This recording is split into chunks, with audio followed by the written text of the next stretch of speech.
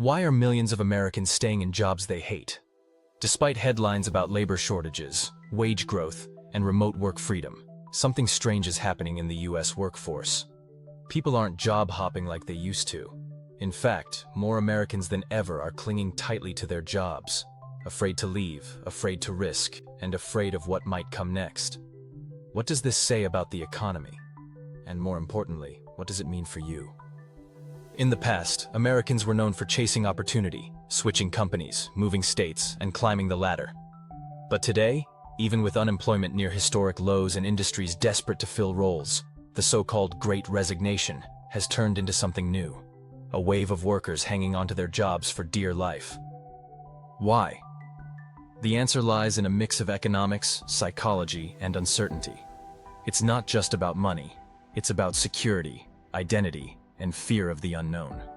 In this video, we'll unpack why Americans are staying put, how companies are benefiting from it, what it means for wages, and why this trend could reshape the future of work in America. To understand why Americans are clinging so tightly to their jobs today, we need to step back and examine how work in the United States has evolved over the last few decades. There was a time when job loyalty was not just the norm, but the expectation. People worked for the same company for 30 years, collected a pension, and retired with a gold watch. Stability defined the American dream, and switching jobs frequently was seen as risky, even reckless. But that era largely ended in the late 20th century, when pensions gave way to 401ks, job security eroded under waves of outsourcing and automation, and younger generations began to view work as transactional rather than lifelong. By the 2000s and 2010s, job hopping became a badge of ambition. Recruiters even encouraged it, telling workers that moving every few years was the fastest way to secure higher wages and better positions. Then came the pandemic, and everything turned upside down. In 2021 and 2022, America witnessed what headlines dubbed the Great Resignation. Millions of workers quit their jobs, often without having another one lined up, in pursuit of more meaningful work, better pay, or simply a break from burnout. For a moment, it looked like workers held all the power. Wages rose in certain sectors, companies scrambled to offer signing bonuses, and employees felt emboldened to demand remote work or flexible schedules. But like all economic tides, this one receded faster than many expected. By 2023 and 2024, the wave of quitting slowed, and by 2025, a very different trend emerged. Americans weren't leaving anymore. Instead, they were clinging tighter than ever before. Why did this reversal happen? At first glance, the answer seems obvious. Economic fear. Inflation in the early 2020s ate into household budgets. Even with wage increases in certain industries, the rising costs of housing, groceries, healthcare, and childcare made life more expensive. For someone already living paycheck to paycheck, the idea of leaving a steady job, even a miserable one, felt like tempting fate. If your rent has gone up 30% in 3 years, and your grocery bill feels double what it was before the pandemic, you become less willing to risk the unknown. That paycheck, however modest, becomes a lifeline you won't easily loosen your grip on. But money alone doesn't explain it. There's also the issue of mismatched opportunities. Yes, headlines continue to say that job openings are high, but when workers go looking, they discover the roles don't align with their skills, experience, or geography. A warehouse worker in a rural town may see plenty of openings for healthcare or tech jobs, but lack the credentials to land them. A teacher burnt out from the classroom may dream of a new career but find that most other industries don't pay enough or require starting from scratch. On paper, opportunities abound. In reality, for many, the path forward is blocked. And then there are the golden handcuffs of corporate benefits. Healthcare coverage, in particular, ties millions of Americans to their jobs in ways unique to the US system. If your employer provides decent health insurance and you or a family member relies on it, leaving can feel impossible. That's not just financial, it's deeply emotional. Imagine being Sarah, a mother whose child requires expensive prescriptions or treatments. Even if she's offered a new job with slightly higher pay, the uncertainty of switching health plans or losing coverage is terrifying. So she stays, not because she loves her job, but because her job provides something she cannot risk giving up. Employers know this, and they often leverage it. Benefits become less a perk and more a tether. Remote work has also played an unexpected role in job clinginess. For those who secured flexible arrangements during or after the pandemic, the fear of losing that flexibility is strong. Many workers tell themselves that even if they dislike their company culture or feel underpaid, at least they can avoid a long commute, work from their living room, or structure their day around personal needs. That lifestyle perk has become a form of job security in itself, one that people hesitate to jeopardize. As remote jobs become more competitive and hybrid schedules harder to negotiate, the threat of losing flexibility keeps workers where they are. There's also a psychological element that goes deeper than economics or benefits. The pandemic was a collective trauma. Millions of Americans experienced sudden job loss, furloughs, or reduced hours in 2020. That shock left scars. Once you've felt the rug pulled out from under you, you become wary of tempting fate again. Even workers who survived layoffs watched colleagues struggle and thought, "That could be me." Stories circulated of people who quit during the Great Resignation, only to find the grass wasn't greener. Or worse, that it led to financial ruin. Caution replaced boldness. Risk aversion hardened. And slowly but surely, the pendulum swung from quitting freely to clinging tightly. The fear of recession compounds this. Every few months, headlines predict downturns, slowdowns, or collapses. Even if the economy remains stable overall, constant talk of instability eats away at confidence. Americans remember 2008, when millions lost jobs overnight. They remember 2020, when entire industries shut down. The economy may be resilient on paper, but workers know how quickly things can unravel. Staying put feels like an insurance policy against uncertainty, even if it means enduring dissatisfaction. Beyond fear, though, lies something subtler: identity. Americans often define themselves by their jobs. What you do is who you are. For many, clinging to a familiar role, even one they dislike, feels safer than stepping into the unknown. Humans crave predictability. We build routines, friendships, and a sense of purpose around work. To walk away is not just to risk financial loss, but to risk a part of who you are. Job clinging, then, is not only about survival, it's about continuity of self.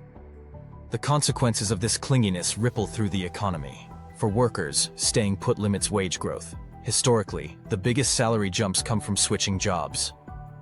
Employers rarely reward loyalty with significant raises.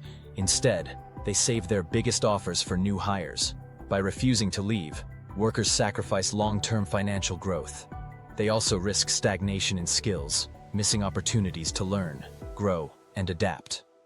Over time, this can trap workers in a cycle where the very job they cling to becomes the anchor holding them back. For companies, the trend is a blessing. Turnover is expensive. Hiring, training, and integrating new employees drain resources. If workers are too afraid to leave, companies save money and gain leverage. Employers can maintain smaller raises, avoid costly bonuses, and keep workloads heavy, knowing employees will endure it. In this way, the pendulum of power that briefly swung toward workers during the Great Resignation has swung back toward employers in 2025. The dream of workers reshaping the labor market has given way to a more traditional dynamic: corporations holding the upper hand. And yet, beneath the surface, there are cracks in this arrangement. A workforce clinging to jobs out of fear is not a motivated workforce. Dissatisfaction builds, productivity may suffer. Quiet quitting, burnout, and disengagement become widespread. If wages fail to keep pace with inflation, resentment grows. We've already seen glimpses of this in waves of strikes and unionization efforts across industries like entertainment, shipping, and healthcare. Workers may not be quitting, but they are finding other ways to push back. The clinginess of today could very well set the stage for unrest tomorrow. There's also the risk of missed opportunity. Entire industries are being reshaped by artificial intelligence, renewable energy, and technological innovation. Workers who stay frozen in one role may miss the chance to pivot into emerging fields with massive potential. This is particularly dangerous for younger generations who could lose critical years of career-building momentum by staying in safe but stagnant jobs. Ironically, the very fear of falling behind financially may cause them to fall behind in other ways.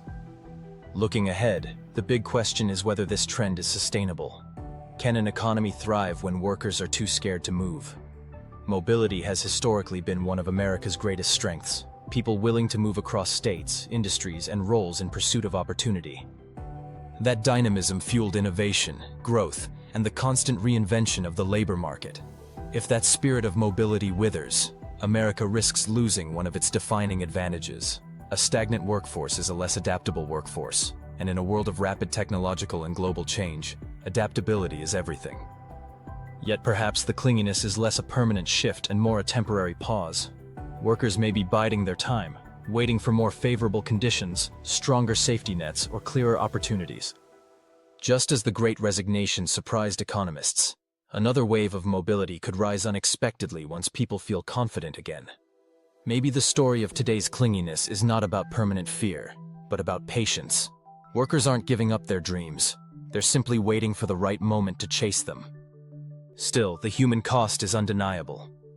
For every Sarah staying in a draining job for her child's health care, for every worker enduring long hours because they fear losing remote privileges, for every employee putting growth on hold to protect a paycheck, there is a quiet tension simmering. That tension is reshaping not just the labor market, but the very fabric of American work culture. The narrative is no longer about chasing opportunity, but about holding on to certainty.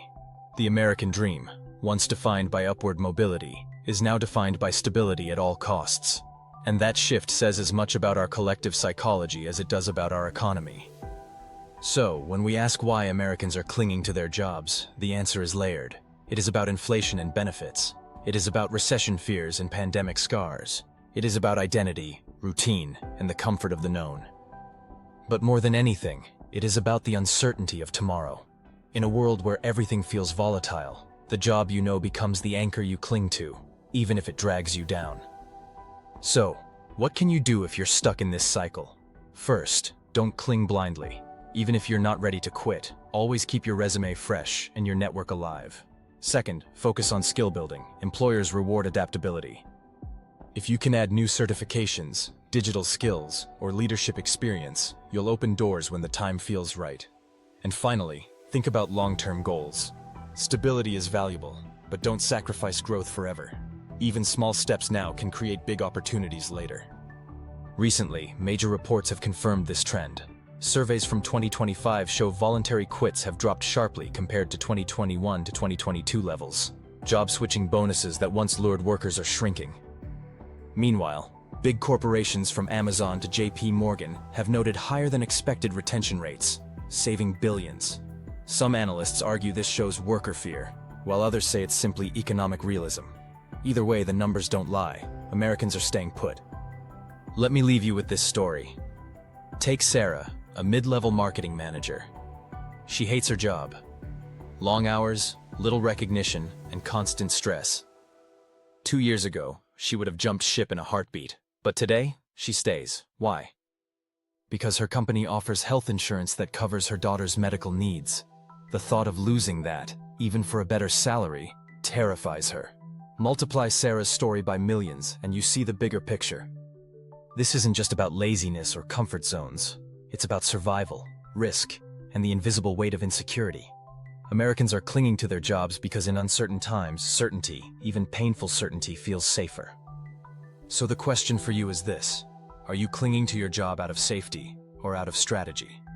Because while holding on might feel safe now, sometimes letting go is the only way to climb higher. Thank you so much for spending your time with me today. I really appreciate you watching.